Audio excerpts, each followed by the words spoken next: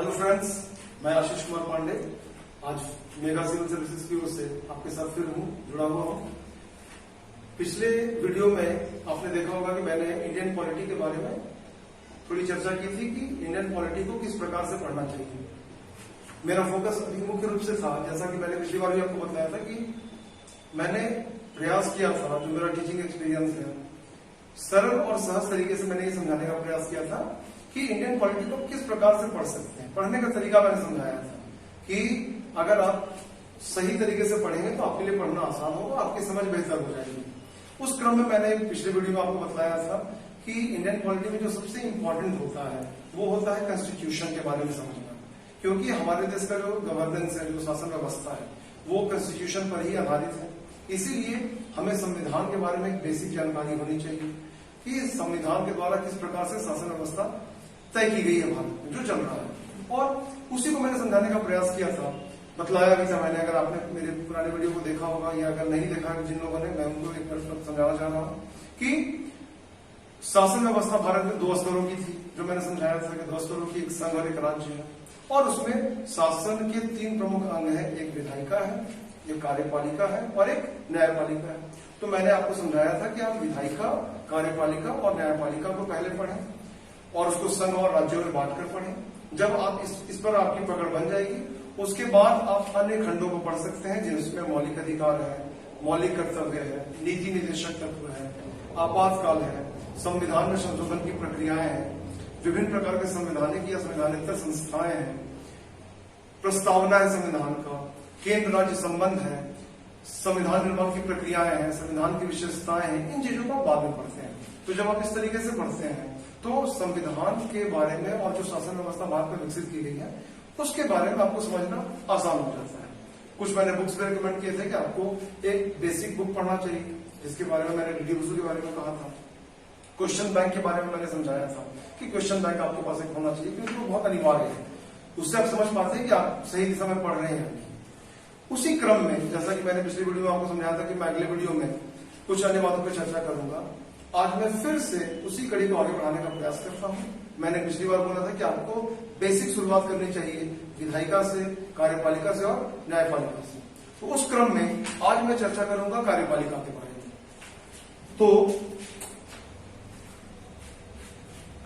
तो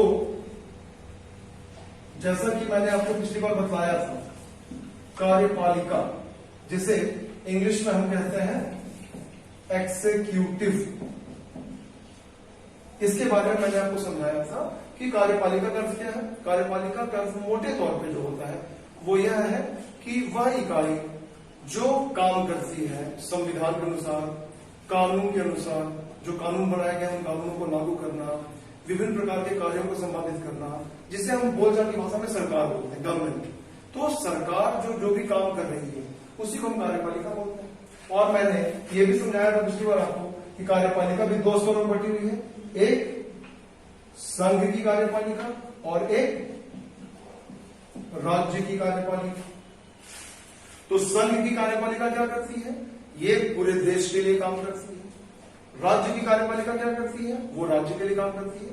इसे भी मैंने समझाया था, मैं फिर से इसे समझा रहा हूं। अब मैंने ये बताया था आपको कि आपको कभी भी इसको अलग अलग करके नहीं पढ़ना है। जब आप संघ की कार्यपालिका पढ़ेंगे तो साथ में आप राज्य की कार्यपालिका भी पढ़ेंगे।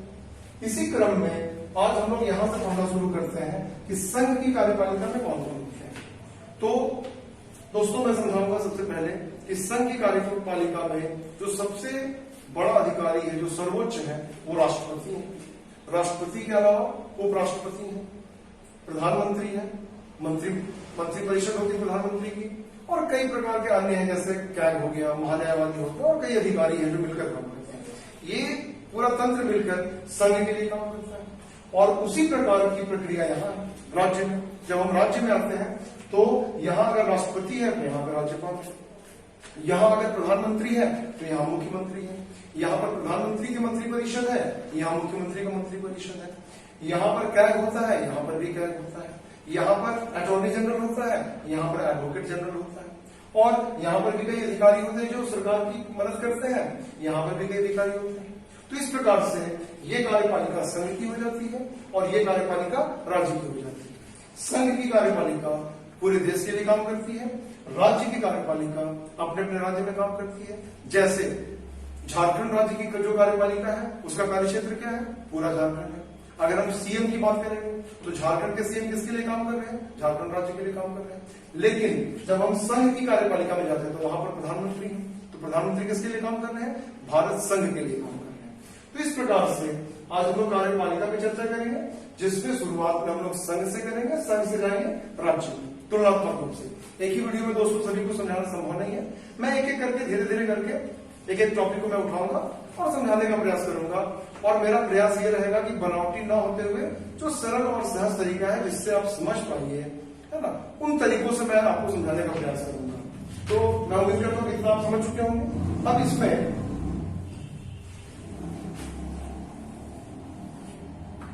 जब हम संघ की कार्यपालिका में जाते हैं, संघ की कार्यपालिका, तो दोस्तों संघ की कार्यपालिका में जो सर्वोच्च है वो है राष्ट्रपति, जिसे इंग्लिश में हम क्या कहते हैं? प्रेसिडेंट। तो आज हम लोग राष्ट्रपति के बारे में चर्चा करेंगे। राष्ट्रपति संघ की कार्यपालिका का सर्वोच्च अधिकारी होता है, अर्थात आप ये मान सकते हैं कि संघ का प्रत्येक कार्य राष्ट्रपति की अनुमति से हो रहा है या होता है।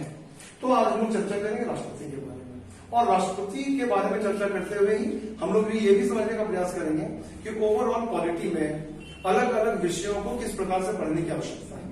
तो अगर हम लोग राष्ट्रपति के बारे में चर्चा करते हैं दोस्तों, तो पढ़ते समय हमेशा आपको ध्यान रखना है कि जब किसी टॉपिक को पढ़ेंगे तो आपको पढ़ने का आधार क्या होता है? पढ़ने का आधार ये होता है कि आप किस प्रकार से पढ़ें कि ज्यादा से ज्यादा क्वेश्चन उसको आप सॉल्व कर सकते हैं।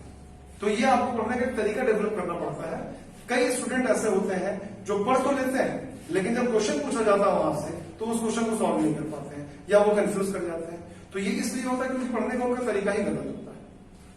तो सबसे पहले मैं इस पर डिस्कस करूंगा कि जब आप राष्ट्रपति को एक टॉपिक के रूप में पढ़ रहे हैं, आप राष्ट्रपति पढ़ना शुरू किए, तो आपको राष्ट्रपति के बारे में समझ में आना चाहिए कि प्रश्न किस प्रकार से पूछे जाते हैं, ताकि आप उन प्रश्नों पर फोकस करें, उसके हिसाब से आप पढ़ें। तो देखिए, राष्ट्रपति में जब आप पढ़ते हैं तो पहला जो क्वेश्चन आ सकता है वो आ सकता है आपका अनुच्छेद से, अर्थात आर्टिकल से, अनुच्छेद से आ सकता है। इसके अलावा क्वेश्चन कहां से आ सकता है? विभिन्न प्रकार की प्रक्रिया से आ सकता है, प्रोसीजर्स। इसके अलावा क्वेश्चन कहां से आ सकता है? राष्ट्रपति के अधिकार एवं उनके कार्य से आ सकता है, कार्य। और क्वेश्चन कहां से आ सकता है? राष्ट्रपति से संबंधित विभिन्न प्रकार के तथ्य से क्वेश्चन आ सकता है। तो दोस्तों, जब आप राष्ट्रपति को पढ़ रहे हैं तो आपको ध्यान रखना होगा कि जो प्रश्न पूछे जाते हैं, चाहे वो यूपीएससी में पूछे जाए, जेपीएससी में पूछे जाए, बीपीएससी में पूछे जाए, एसएससी में पूछे जाए, सभी जगहों पर प्रश्न के स्तर अलग अलग हो सकते हैं। यूपीएससी में जो प्रश्न पूछे जाते हैं उसका लेवल एक अलग होता है, उसके प्रश्न पूछे जाने के तरीके अलग हो सकते हैं। लेकिन जो प्रश्न पूछे जाएंगे, चाहे वो यूपीएससी में पूछे जाए या स्टेट पीसीएस में, एसएससी वगैरह में पूछे जाए, आपको इन्हीं चीजों से प्रश्न पूछे जाएंगे। या तो अनुच्छेद से प्रश्न पूछे जा सकते हैं, या प्रक्रियाओं से, या अधिकार एवं कार्य से, या तथ्य से। अब एक एक करके समझिए। जैसे अनुच्छेद से प्रश्न क्या पूछे जा सकते हैं, इसका कहने का मतलब क्या हो गया? कोई भी ऐसा अनुच्छेद जो राष्ट्रपति से संबंधित है। जैसे पूछा जा सकता है कि राष्ट्रपति की निर्वाचन प्रक्रिया का उल्लेख किस अनुच्छेद में मिलता है, या आपसे ये पूछा जा सकता है कि राष्ट्रपति की महाभियोग प्रक्रिया का उल्लेख किस अनुच्छेद में मिलता है, या आपसे ये पूछा जा सकता है कि राष्ट्रपति के क्षमतान की शक्तियों को उल्लेख किस अनुच्छेद में मिलता है। तो ये आपके तथ्यात्मक क्वेश्चन होंगे, फैक्चुअल, जहां पे आपको समझना पड़ेगा कि किन बातों का उल्लेख किस अनुच्छेद में। इसके अलावा प्रक्रिया से मेरा क्या तात्पर्य है?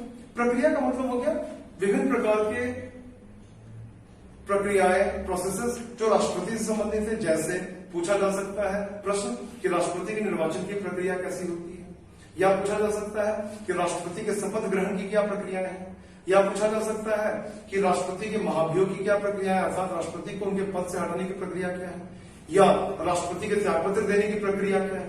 तो इस तरह के प्रश्न पूछे जाते हैं। इसके अलावा प्रश्न पूछे कहां जाएंगे? अधिकार एवं कार्य से, अर्थात संविधान के द्वारा राष्ट्रपति को क्या अधिकार दिए गए हैं और उन अधिकारों का उपयोग करते हुए वो कौन कौन से कार्य करते हैं।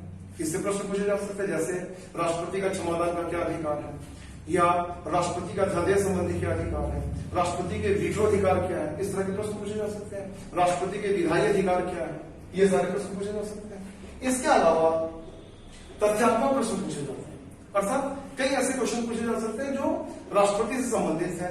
जैसे पूछा जा सकता है आपसे कि ऐसे कौन राष्ट्रपति हैं जो एक बार राष्ट्रपति का चुनाव हार गए थे लेकिन फिर वो निर्विरोध चुने गए, इसका उत्तर नीलम संघी रेड्डी है। यह पूछा जा सकता है कि ऐसे कौन से राष्ट्रपति हैं जिन्होंने पॉकेट वीटो का इस्तेमाल किया था, ज्ञानी जैल सिंह। तो इस तरह के कई प्रश्न पूछे जा सकते हैं। तो जब आप इस तरीके से पढ़ेंगे किसी टॉपिक को खंडों में बांटकर, कि जब आप राष्ट्रपति पढ़ने जा रहे हैं तो आपको समझ आना चाहिए कि क्वेश्चन कहां कहां से पूछा जा सकता है। तो राष्ट्रपति से क्वेश्चन कहां से पूछा जाएगा? अनुच्छेद से, प्रक्रियाओं से, अधिकार एवं कार्य से, विभिन्न प्रकार के तथ्यों से। तो जब आप इस तरह से खंड में बांटकर पढ़ेंगे तो आपके प्रश्न के छूटने की संभावनाएं नगण्य हो जाएंगी। ज्यादा से ज्यादा प्रश्नों को सॉल्व कर पाएंगे। प्रश्नों का स्तर दोस्तों मैं फिर समझा रहा हूं, यूपीएससी हो उसका एक अलग स्तर होता है, जेपीएससी हो एक अलग स्तर होता है, बीपीएससी उसका एक अलग तरीका है, एसएससी वगैरह उसका एक अलग तरीका है। लेकिन मैं क्या समझाना चाह रहा हूं कि जब आप इस तरीके से बांटकर पढ़ते हैं तो आप किसी भी एक टॉपिक पर अपनी समझ को बना पाते हैं, आपका कॉन्सेप्ट क्लियर होता है, उससे संबंधित जो फैक्ट है उस फैक्ट को भी आप जान पाते हैं, और तब आप किसी भी प्रकार के क्वेश्चंस को सॉल्व करने की स्थिति में होते हैं। लेकिन इसके लिए बहुत जरूरी होता है कि आप क्वेश्चन बैंक देखें। अगर आप राष्ट्रपति को पढ़ लिए सभी कुछ, आपको लगता है कि मैं सब कुछ जान गया हूं, तो आपको जो काम करना चाहिए वो ये है कि आप क्वेश्चन बैंक को सॉल्व कीजिए। क्वेश्चन बैंक में देखिए कि पिछले 8-10 सालों में राष्ट्रपति से संबंधित किस प्रकार के प्रश्न पूछे गए हैं और वो प्रश्न आपसे बन पा रहे हैं कि नहीं। अगर बन रहे हैं इसका मतलब आपके पढ़ने का तरीका बिल्कुल सही है। नहीं बन पा रहा है तो आपको फिर देखिए कि कौन सा क्वेश्चन है जो आपसे छूट गया पढ़ते समय, तो आप उसको पॉइंट आउट कीजिए। जब आप इस तरीके से पढ़िएगा टॉपिक वाइज तो आपके लिए पढ़ना बहुत आसान भी हो जाएगा और आप बेहद सहज और सरल स्थिति में आ जाएंगे। आपको क्वालिटी बहुत आसान लगेगा, पढ़ाई सही तरीके से होगी। मैं फिर से रिपीट कर रहा हूं कि आप अलग अलग बहुत सारे बुक्स को मत पढ़िए, एक बेसिक बुक उठाइए। टेक्स्ट बुक होना चाहिए, गाइड बुक वगैरह जो भ्रामक होते हैं उनको पढ़ने से बचिए। टेक्स्ट बुक को जो कहा भी जाता है कि एक किताब 10 बार पढ़ना ज्यादा बेहतर है बजाय इसके कि 10 किताब को एक बार पढ़िए। इस बात को आप हमेशा ध्यान रखिएगा। एक किताब पढ़िए जो बेसिक है उसको पढ़ना है आपको, और इसके अलावा ज्यादा से ज्यादा क्वेश्चन बैंक सॉल्व कीजिए। तो मैं उम्मीद करता हूं कि राष्ट्रपति को जो मैंने समझाया इस तरीके से कि अलग अलग खंड में अगर आप बांट के पढ़िएगा तो आपके लिए पढ़ना आसान होगा। इसी क्रम में आज मैं एक टॉपिक उठाता हूं और उस टॉपिक को आपको समझाने का प्रयास करता हूं। तो राष्ट्रपति की प्रक्रिया में मैं लेकर चलता हूं, आज एक टॉपिक लेकर चलता हूं, राष्ट्रपति की निर्वाचन प्रक्रिया। इससे कई बार प्रश्न पूछे जाते हैं।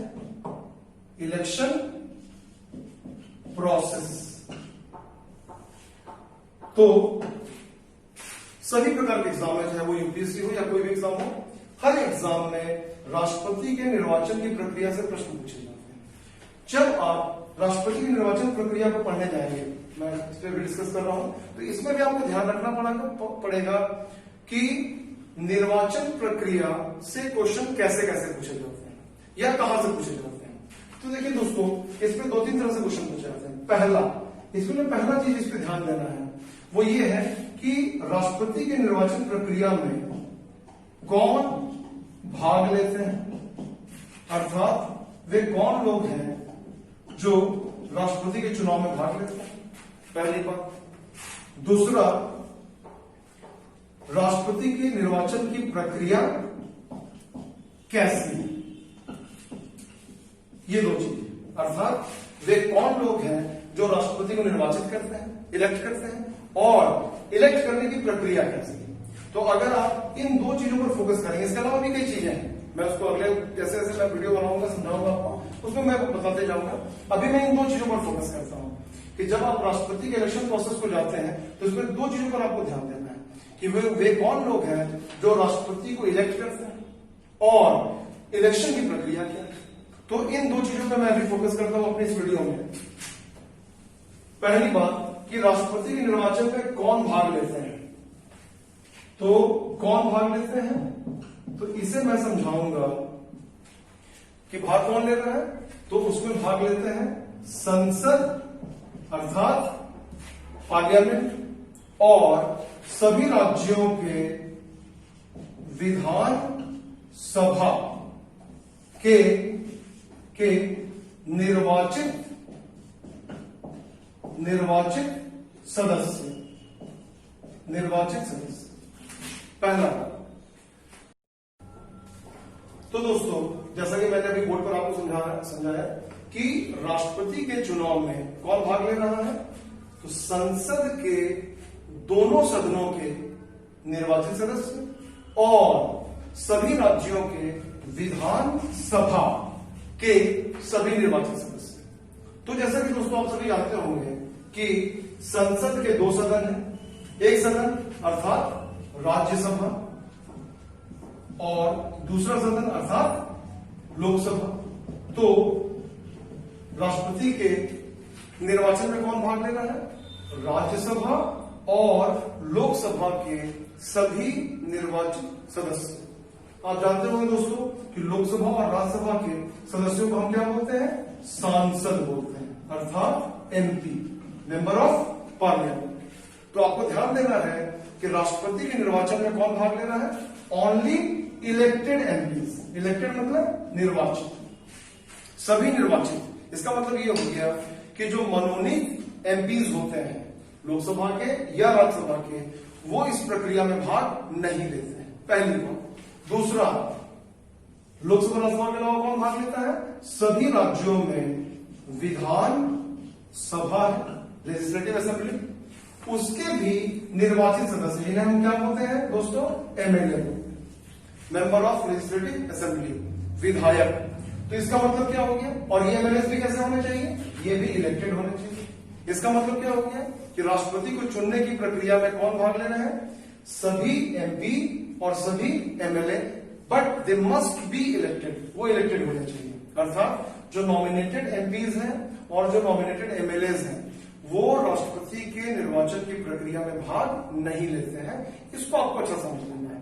तो इसका मतलब क्या होगा, अगर मैं यहां से इसको दूसरे तरीके से समझने का प्रयास करूं, तो प्रश्न पूछे जाते हैं कि राष्ट्रपति के निर्वाचन में कौन भाग लेता है।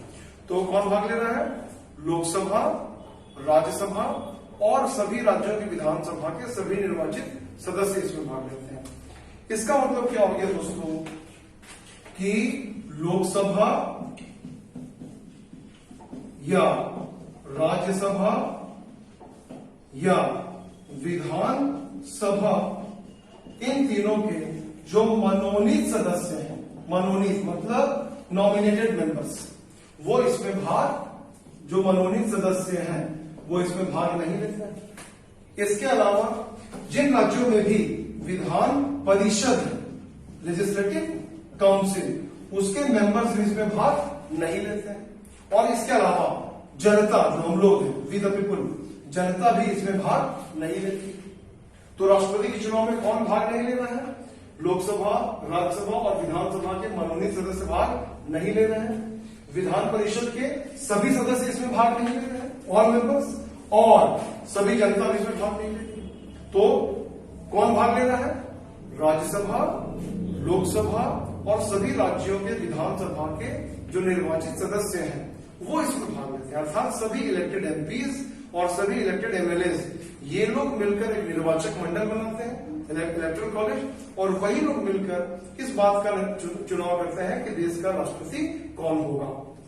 यहां दोस्तों समझने वाली एक और बात है कि दिल्ली और जो पुदुचेरी, जो केंद्र शासित प्रदेश है, वहां पर भी विधानसभा बनाई गई है।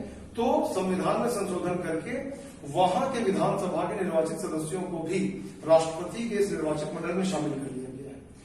जैसा कि दोस्तों आप सभी जान रहे हैं कि जम्मू कश्मीर एक राज्य था, लेकिन पिछले वर्ष इसे संवैधानिक प्रक्रिया के तहत जम्मू कश्मीर को केंद्र शासित प्रदेश बना दिया गया। उसको दो भागों में बांट दिया गया, जम्मू कश्मीर और एक लद्दाख। जम्मू कश्मीर में विधानसभा का व्यवस्था किया गया है, लेकिन लद्दाख में विधानसभा की व्यवस्था नहीं किया गया है। तो अभी वहां पर विधानसभा के परिसीमन का कार्य चल रहा है। तो निश्चित तौर पर आने वाले समय में जम्मू कश्मीर जो केंद्र शासित प्रदेश बन गया है, वहां के विधानसभा के भी निर्वाचित सदस्यों को राष्ट्रपति के निर्वाचक मंडल में शामिल किया जाएगा। तो इस तरह के परिवर्तन होते रहते हैं, तो इस पर आपको ध्यान देना है। तो इस तरीके से दोस्तों हम ये समझ चुके हैं, और मैं उम्मीद करता हूं कि आप भी ये समझ चुके होंगे कि राष्ट्रपति के निर्वाचन में कौन भाग ले रहे हैं और कौन भाग नहीं ले रहे हैं। मैं फिर से रिपीट कर देता हूं, राज्यसभा, लोकसभा और विधानसभा के सभी निर्वाचित सदस्य मिलकर राष्ट्रपति को चुनते हैं। इसका मतलब क्या हो गया कि राष्ट्रपति के निर्वाचन में कौन भाग नहीं ले रहा है, तो लोकसभा, राज्यसभा और विधानसभा के मनोनीत सदस्य भाग नहीं लेते हैं। अगर किसी राज्य में विधान परिषद है तो विधान परिषद के सभी सदस्य इसमें भाग नहीं लेते हैं और जनता इसमें भाग नहीं लेती है। अब यहां से एक नया मामला आता है दोस्तों कि जब जनता भाग नहीं लेती, इसका मतलब क्या होगा, राष्ट्रपति का चुनाव कैसा होता है, अप्रत्यक्ष, इनडायरेक्ट, अर्थात एक ऐसा इलेक्शन है जिसमें जनता प्रत्यक्ष रूप से भाग नहीं ले रही, यह अप्रत्यक्ष प्रोसेस हो गया। अब हम आते हैं दोस्तों कि राष्ट्रपति का चुनाव कैसे होता है, कौन इसमें भाग ले रहे हैं, ये तो मैंने समझाया कि कैसे होता है, उस पर हमें चर्चा करना है। तो राष्ट्रपति का चुनाव कैसे होता है, इसे जब हम समझने का प्रयास करेंगे तो इसमें दो बातें होती हैं। पहला ये कि राष्ट्रपति का चुनाव आनुपातिक प्रणाली से होता है, जिसे हम बोलते हैं प्रोपोर्शनल सिस्टम, अनुपातिक प्रणाली, प्रोपोर्शनल सिस्टम।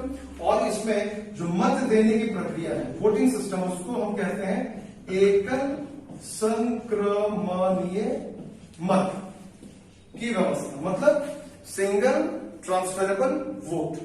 तो राष्ट्रपति के चुनाव में इसी प्रक्रिया को अपनाया जाता है। आज मैं दोस्तों इस प्रक्रिया पर फोकस करूंगा और उसके बाद अगले वीडियो में मैं फिर ये भी समझाऊंगा कि राष्ट्रपति के चुनाव के लिए इसी प्रक्रिया को क्यों अपनाया गया, उस पर भी मैं चर्चा करूंगा। अभी आप ये समझिए कि भारत में राष्ट्रपति के चुनाव के लिए, राष्ट्रपति के इलेक्शन के लिए आनुपातिक प्रणाली अपनाई गई है, जिसके अंतर्गत एकल संक्रमणीय मत से राष्ट्रपति का चुनाव किया जाता है। जैसा कि दोस्तों आप सभी जानते भी होंगे कि भारत में लोकसभा या विधानसभा या जो स्थानीय चुनाव होते हैं पंचायत के या नगर पालिका वगैरह के, उन चुनावों में निर्वाचन की एक अलग व्यवस्था है, जिसे हम कहते हैं पहले खंभा छूने की पद्धति, first past the post system. उस सिस्टम का बेसिक चीज क्या होता है कि वहां पर वोट के नंबर्स देखे जाते हैं। जो व्यक्ति सबसे ज्यादा वोट लाता है वह चुनाव जीत जाता है। जितने भी उम्मीदवार होते हैं वो चुनाव लड़ रहे हैं, उन्हें वोट दिया जा रहा है। वोट्स में जो व्यक्ति सबसे अधिक वोट ले आया वो चुनाव जीत जाता है। वहां पर वोट के परसेंट से कोई मतलब नहीं है, वो 10% वोट ला रहा है या 20% वोट ला रहा है, इससे कोई मतलब नहीं होता। वहां पर ध्यान इस बात का रखा जाता है कि जितने भी वोट दिए गए उन वोट में किस उम्मीदवार को सबसे ज्यादा वोट मिला, अर्थात वहां पर नंबर ऑफ वोट्स पर ध्यान दिया जाता है, वोट के परसेंटेज पर कोई ध्यान नहीं दिया जाता है। लेकिन जब हम अनुपातिक प्रणाली में आते हैं तो यहां पर यही अंतर होता है। अनुपातिक प्रणाली में आपको नंबर ऑफ वोट से मतलब नहीं है, आपको मतलब है परसेंट से, कि आपको जो वोट दिया जा रहा है, तो कोई भी उम्मीदवार राष्ट्रपति कब बनेगा, जब उसको कम से कम 50% प्लस 1, अर्थात आधा से एक अधिक होना चाहिए, कम से कम इतना वोट मिलना चाहिए। जो भी वोट दिए गए उसमें जो वैध मत है, वैध अर्थात जो गलत नहीं है, उस कुल वैध मत का 50% किया जाता है, आधा, और उसमें प्लस 1 जोड़ दिया गया। मतलब आपको कम से कम 50% प्लस 1 जो टोटल मत है वैध, उसके आधा से एक अधिक आपको लाना पड़ता है। दिस इज मिनिमम, ये मिनिमम रिक्वायरमेंट है, कम से कम। इसका मतलब क्या होगा दोस्तों कि यहां पर आपको सबसे ज्यादा संख्या में वोट लाना है, ऐसी बात नहीं है, बल्कि आपको कम से कम 50% प्लस 1 वोट लाना है। अर्थात हर स्थिति में वही उम्मीदवार राष्ट्रपति बन पाएगा जब उसको कुल वैध मतों का आधा से ज्यादा वोट मिल जाए, कम से कम 50% प्लस 1। अधिक से अधिक आप 100% वोट ला सकते हैं, जितने वोट हुए वो सब आप ही को मिल गया, 100% वोट भी आप ला सकते हैं, लेकिन इससे कम नहीं होना चाहिए। इसका मतलब अगर कोई व्यक्ति 50% ला रहा है या 49.9% ला रहा है, 43% वोट ला रहा है, तो वो राष्ट्रपति के रूप में निर्वाचित होगा। तो पहला बात ये हो गया कि आपको कम से कम 50% प्लस 1 लाना है। तो ये आपको अंतर है first past the post system से। वहां पर आपको नंबर ऑफ वोट्स देखा जाता है, यहां पर आपको वोट का परसेंटेज देखा जाता है। तो मिनिमम रिक्वायरमेंट इज 50% प्लस 1। आपको हर हाल में 50% प्लस 1 वोट लाना ही होगा। अब प्रश्न ये उठता है दोस्तों कि ऐसी किस प्रकार से प्रक्रिया होती है कि कोई एक व्यक्ति 50% प्लस 1 ले, हो सकता है कि वो ना मिला। तो इस प्रक्रिया को ही पूरा करने के लिए एक जो व्यवस्था बनाई गई है उसको हम लोग कहते हैं एकल संक्रमणीय मत प्रणाली। इसके अंतर्गत क्या होता है कि जितने भी लोग हैं जो राष्ट्रपति के निर्वाचन में भाग लेते हैं वोटर्स के रूप में, इलेक्टर्स के रूप में, जिसको मैंने समझाया कि एमपी और एमएलए होते हैं जो इलेक्टेड, वो लोग किसी एक उम्मीदवार को वोट नहीं देते हैं, बल्कि वो अपने पसंद को बदलाते हैं, वरीयता जिसे कहते हैं कि कौन उम्मीदवार मुझे सबसे ज्यादा पसंद है, उसके बाद कौन पसंद है, उसके बाद कौन पसंद है, एक वरीयता दिया जाता है। और सबसे पहले सभी उम्मीदवारों के प्रथम वरीयता वाले मतों की गणना की जाती है। अगर कोई एक उम्मीदवार 50% प्लस 1 वोट ले आया तो वो निर्वाचित हो गया। लेकिन ऐसा भी हो सकता है कि फर्स्ट प्रेफरेंस वाले वोट से कोई व्यक्ति राष्ट्रपति ना बन पाए, इतना वोट ना ला पाए, तब सेकेंड राउंड का काउंटिंग होता है जिसमें उस उम्मीदवार को जिसने फर्स्ट राउंड में फर्स्ट प्रेफरेंस वाला सबसे कम वोट लाया उसको हटा दिया जाता है और उसके दूसरे वरीयता वाले मतों को अन्य बचे उम्मीदवारों में अंतरित कर दिया जाता है, अर्थात ट्रांसफर कर दिया जाता है। और दोस्तों ये प्रक्रिया तब तक चलाई जाती है जब तक कोई एक उम्मीदवार कम से कम 50% प्लस 1 वोट ना ले जाए। इसे मैं आपको एक एग्जाम्पल से समझाना चाहता हूं ताकि आप समझ पाइए, क्योंकि लेक्चर से हो सकता है इस प्रक्रिया को समझ नहीं पाए। तो एक मूल बात क्या होगी कि आपको कम से कम कितना वोट लाना है, 50% प्लस 1, और इसके लिए वोट्स को ट्रांसफर किया जाता है जरूरत के हिसाब से। अगर कोई उम्मीदवार 50% प्लस 1 वोट ना लाए, मैं इसको उदाहरण से समझाना चाहता हूं दोस्तों। मान लीजिए एग्जाम्पल, मैं एग्जाम्पल से समझाना चाहता हूं कि ये प्रक्रिया कैसे काम करती है। मान लीजिए कुल जो निर्वाचक है या कुल वोट मत समझिए, कुल जो मत है वो है मान लीजिए 5। तो इसका मतलब क्या हुआ दोस्तों कि 500 का अगर हम 50% करेंगे तो ये कितना आएगा, 250 आएगा। तो इसका मतलब क्या हुआ दोस्तों कि अगर कोई व्यक्ति राष्ट्रपति बनना चाहता है या उसे राष्ट्रपति बनना है तो उसे कम से कम कितना वोट लाना पड़ेगा, 50% प्लस 1 अर्थात 250 प्लस 1 बराबर 251। अर्थात अगर कोई व्यक्ति ये चाह रहा है कि वो राष्ट्रपति बने तो उसे कम से कम 251 वोट लाना होगा। अगर इससे कम वोट वो लाता है तो वो चुनाव नहीं जीत पाएगा। अब इसमें ये कैसे होता है मैं उसको समझाता हूं। देखिए दोस्तों, मान लेते हैं ये राष्ट्रपति के चुनाव में अलग अलग कैंडिडेट,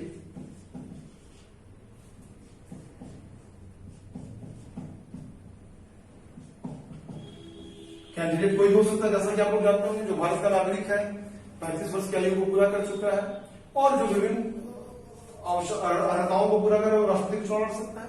मान लेते हैं राष्ट्रपति के चुनाव में 4 उम्मीदवार हैं, ए, बी, सी और डी।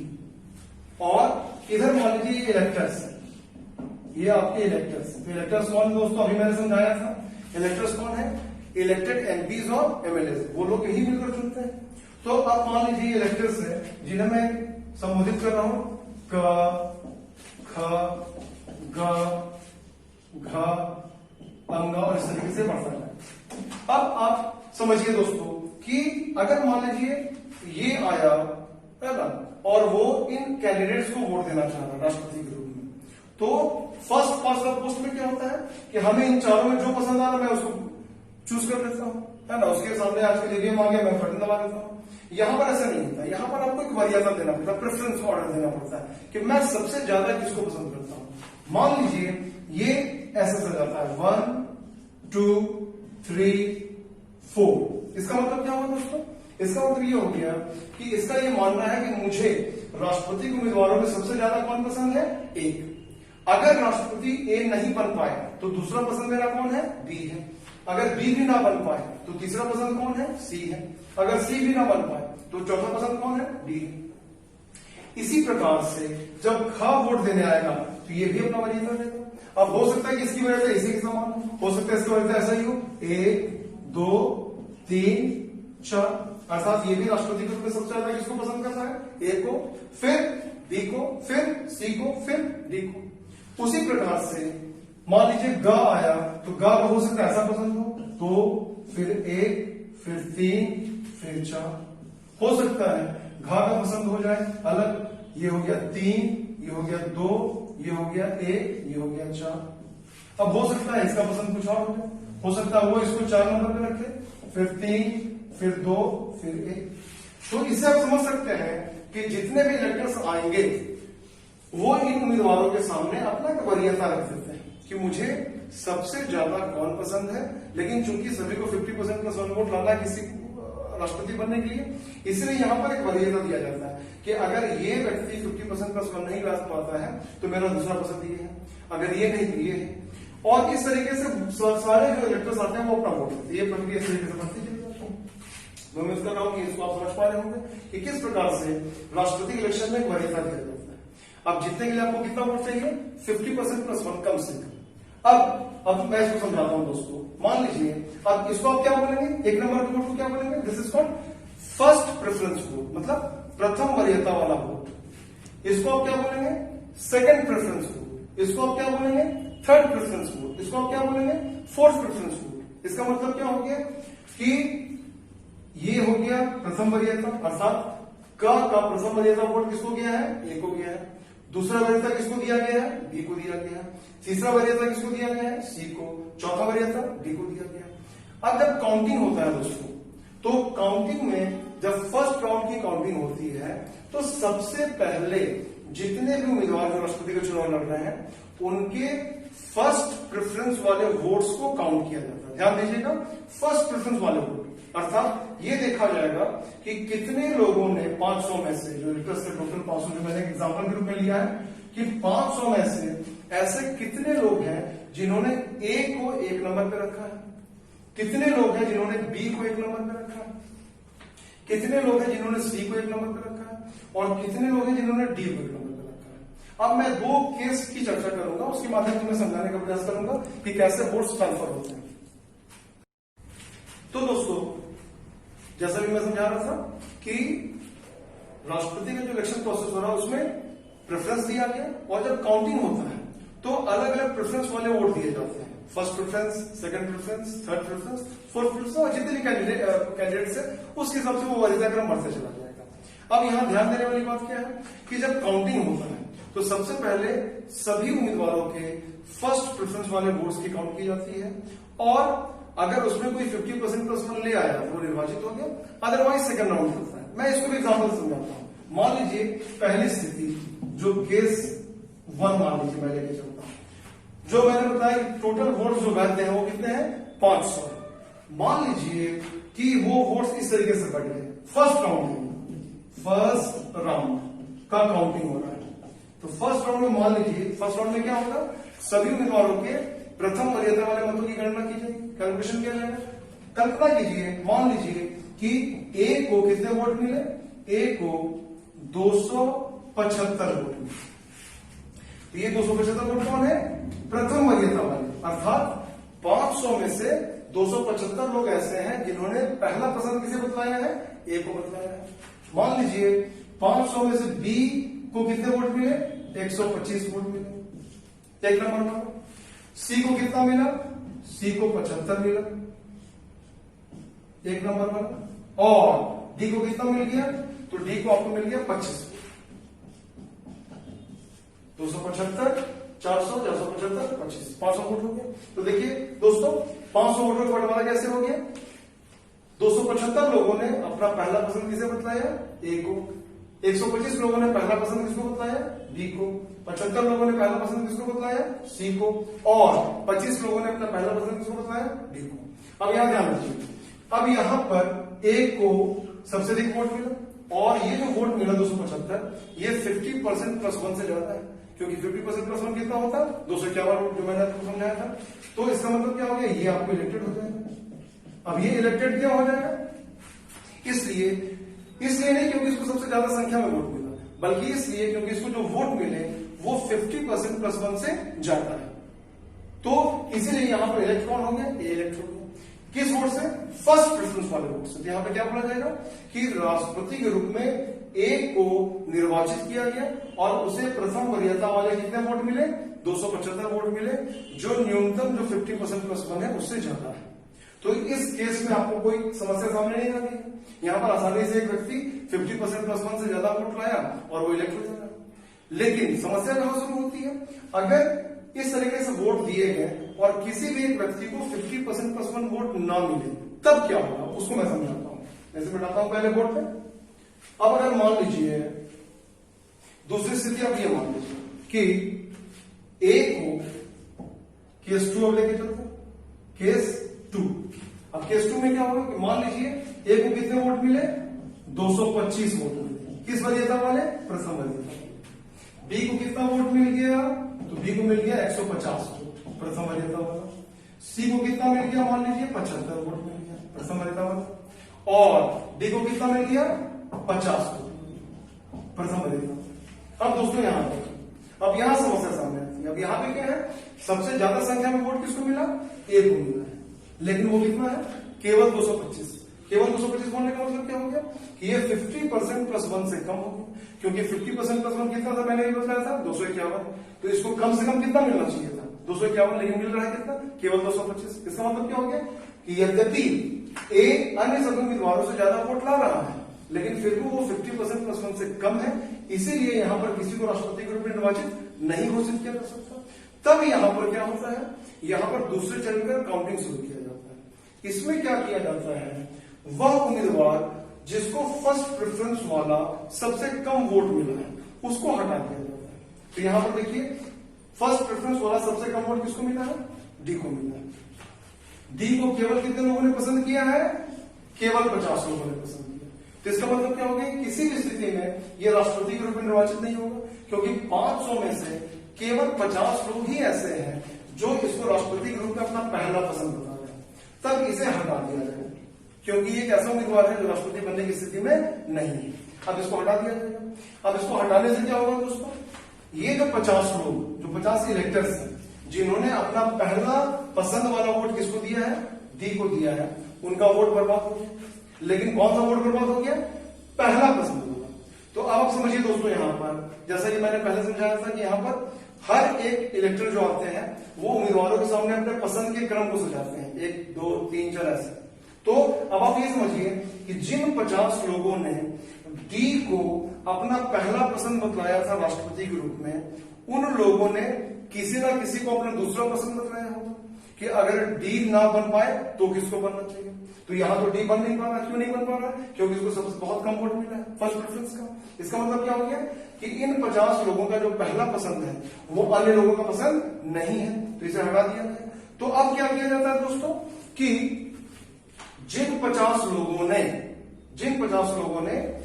डी को 1 नंबर पर रखा था, अब ये देखा जाता है कि इन 50 लोगों ने दूसरे नंबर पर किसको रखा है।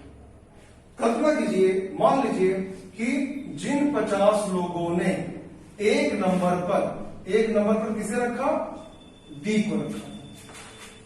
अब कल्पना कीजिए एग्जांपल के तौर पर समझने के लिए कि इन 50 लोगों में से 30 लोग ऐसे हैं जिन्होंने अपना दूसरा पसंद किसको बतलाया था, ए को बतलाया था।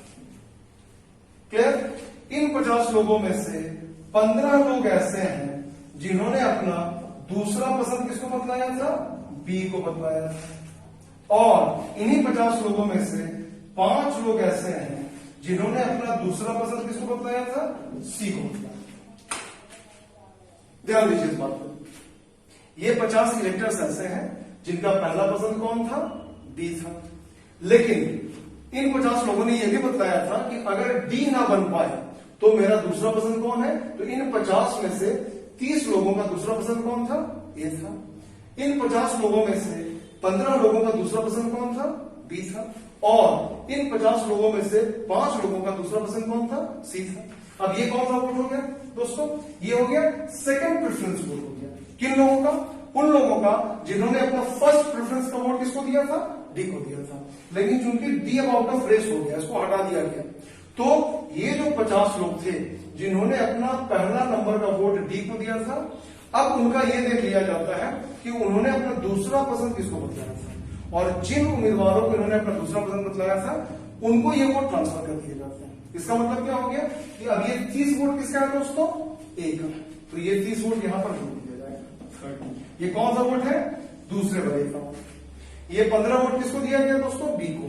तो ये 15 वोट यहां जोड़ दिया गया दूसरे नंबर वाला। और ये 5 वोट किसका है दोस्तों? सी का।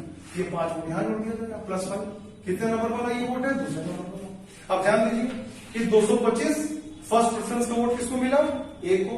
और 30 सेकंड प्रेफरेंस वाला वोट किसको मिला? ए को। ये 30 लोग कौन है? ये वो 30 लोग हैं जिन्होंने अपना पहला पसंद किसको बतलाया था? डी को बतलाया था।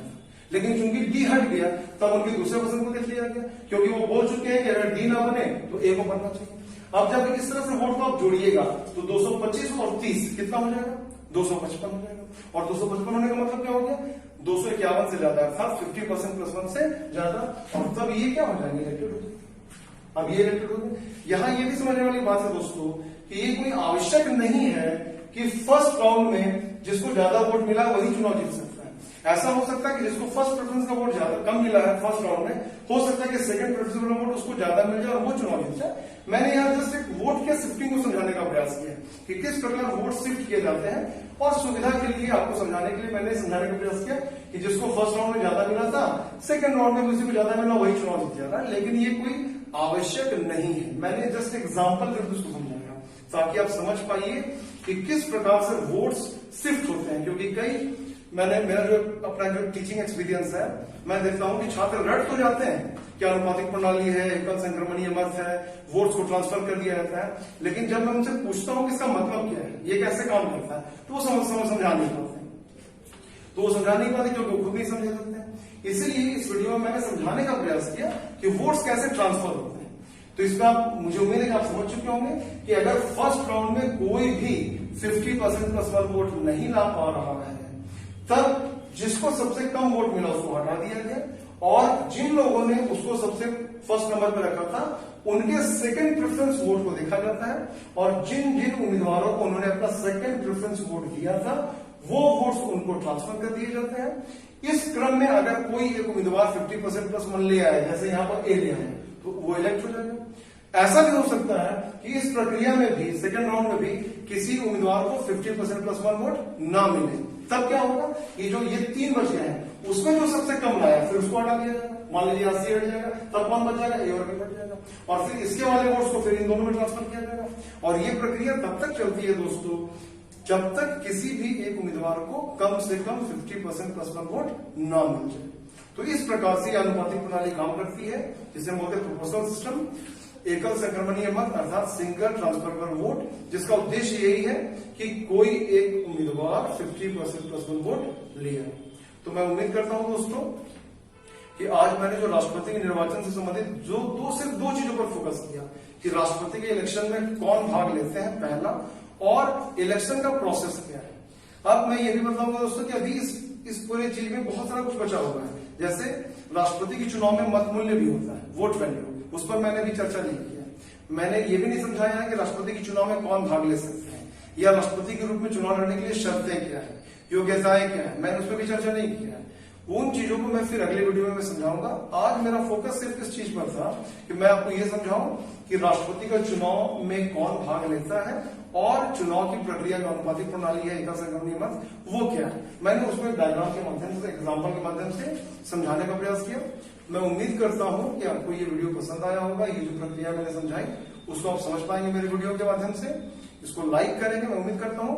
अगले वीडियो में मैं फिर समझाऊंगा कि राष्ट्रपति के इलेक्शन से संबंधित शर्तें क्या है, उसको समझाऊंगा। इसके अलावा मैं समझाऊंगा वोट वैल्यू क्या है, उसको समझाऊंगा। और मैं ये भी समझाऊंगा कि वोट वैल्यू का इंपॉर्टेंस क्या है। ये भी समझाऊंगा कि राष्ट्रपति के चुनाव में अनुपातिक प्रणाली क्यों अपनाई गई, राष्ट्रपति के चुनाव को अप्रत्यक्ष क्यों रखा गया। इन चीजों पर मैं चर्चा करूंगा।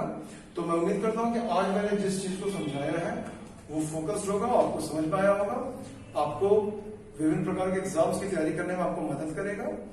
तो आप इसे लाइक करें, सब्सक्राइब करें और मेरे साथ जुड़े रहें। Thank you.